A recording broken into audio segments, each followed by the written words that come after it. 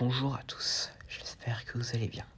Aujourd'hui, je vais vous parler d'une théorie du Monsterverse concernant Scar King et Shimu, donc les deux titans antagonistes principaux du prochain film de 2024. Et la théorie sur laquelle on va s'attarder aujourd'hui, c'est pourquoi Scar King voudrait contrôler Shimu, au lieu genre de le convaincre qu'ils se battent ensemble comme des alliés. Eh bien, voici une théorie là-dessus.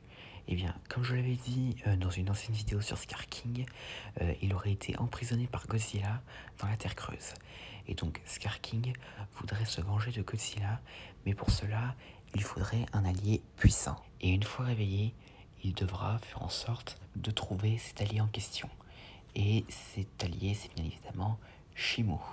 Alors, et donc les deux pourraient se réveiller séparément, que ce soit à cause de Godzilla ou de Kong par accident ou même d'humains, mais finalement les deux pourraient finir par éventuellement se rencontrer. Et donc Scar King, lui, reconnaîtrait Shimu en le voyant, car et ça se trouve, il aurait peut-être vu une peinture rupestre le représentant, et c'est peut-être via cette peinture rupestre qu'il aurait entendu parler de lui. Et là, il y a deux possibilités.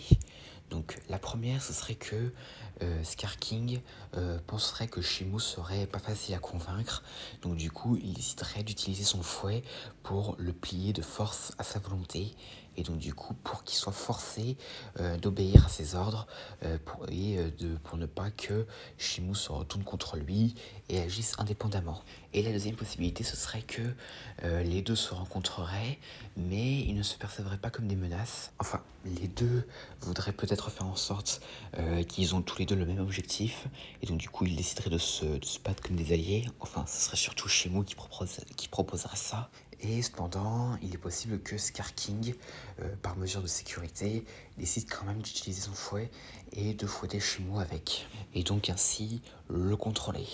Et donc du coup, il pourrait le fouetter assez sévèrement pour...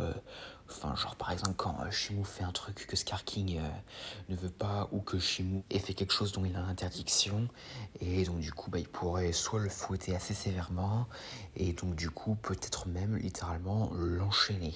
Enfin, très clairement, Scar King maltraiterait Shimu, et cela pourrait continuer pendant une bonne partie du film, et jusqu'à soit la mort de Scar King, donc ce qui permettrait à Shimu de se libérer du contrôle, soit Shimu se libérera du contrôle alors que Scar King est toujours vivant et le tuera dans son dos.